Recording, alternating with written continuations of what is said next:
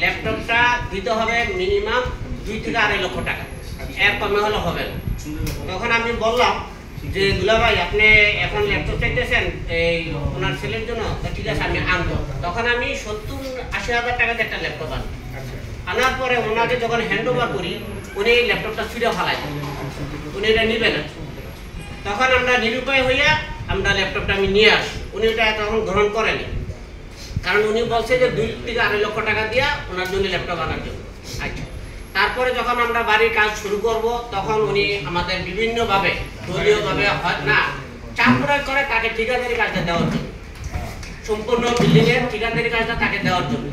তখন আমরা একেবারে নিরুপায় হইয়া তাকে আমরা ঠিকাদারি কাজটা দিতে বাধ্য হই।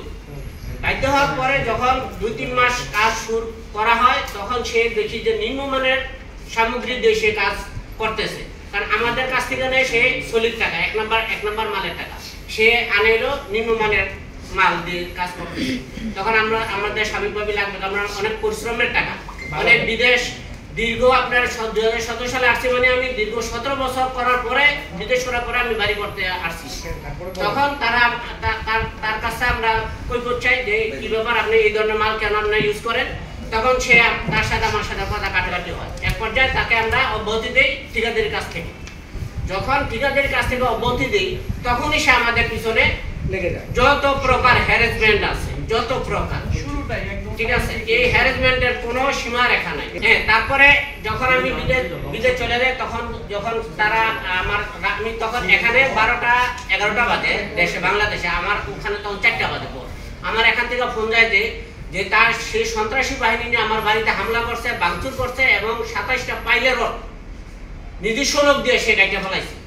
কাটার পরে তখন আপনারা বুঝেন আমার ফিলটা কি হইতে পারে। ওই সময় আমি রাত্রে তখন হঠাৎ করে ফোন ধরার পরে আমার স্টক করার অবস্থা, আমি যে এখনো পর্যন্ত বাইচে আছি, নারায়ণগঞ্জে আছে, আমি এটাই স্বরাষ্ট্র উপদেষ্টা একটা বিচার চাই। আমি আকুল আবেদন জানাই স্বরাষ্ট্র উপদেষ্টার কাছে, আমি আকুল আবেদন জানাই শিবিরগঞ্জ প্রশাসনের কাছে। আমি ফেসবুকে এই ব্যাপারে পোস্ট দিয়েছি, কিন্তু ফেসবুক পোস্ট দেওয়ার পরও প্রশাসন থেকে আমি কোনো ধরনের সহযোগিতা পাই নাই। আমি এটা আকুল আবেদন জানাই সবার কাছে, আমি একজন প্রবাসী হিসাবে গ্যাস সুষ্ঠু তদন্ত করে তাকে আইনের আওতায় আনা হোক। আচ্ছা, আমরা যখন দেশে আসার পরে উনি ওনার বাসায় ডেকে দিয়ে আমার হাজবেন্ডকে উনি 15 লক্ষ টাকা দাবি করেন যে যদি তুমি 15 লক্ষ টাকা আমাকে দাও, আমাকে দাও, তাইলে তোমাকে আমি হ্যারাসমেন্ট করা, হয়রানি করা, মামলা থেকে মুক্তি দিব, জ্বালা যন্ত্রণা যা আছে এভরিথিং সবকিছু আমি আর করবো না। উনি মৌখিকভাবে আমাদের একটা স্টেটমেন্ট দেয়। তখন আমরা চিন্তা করলাম আজকে প্রায় 3 বছর হয়ে যায় উনি এভাবে হ্যারাসমেন্ট করতেছে, এখন আবার ওনাকে টাকা দিব, এটা কি দেশে কি কোনো আইন নেই, নিয়ম নেই? আমরা কি এভাবে অসহায়? আসলে আমরা কি প্রবাসীরা কি এতটাই অসহায়, এতটা নিরুপায় যে একজন স্বৈরাচারের কাছে আমাদের এতটা কষ্ট ভোগ করতে হবে? আজকে প্রায় 8 থেকে 9 বছর হয়ে গেছে আমরা সেম অবস্থায় আছি। উনি এখন আমাদের হুমকি দেয় যে তোমাদের বিরুদ্ধে মামলা দিয়ে তোমাদের দেশ থেকে বের হতে দিব না। কিভাবে দেশে থাকবো আমরা দেখবো?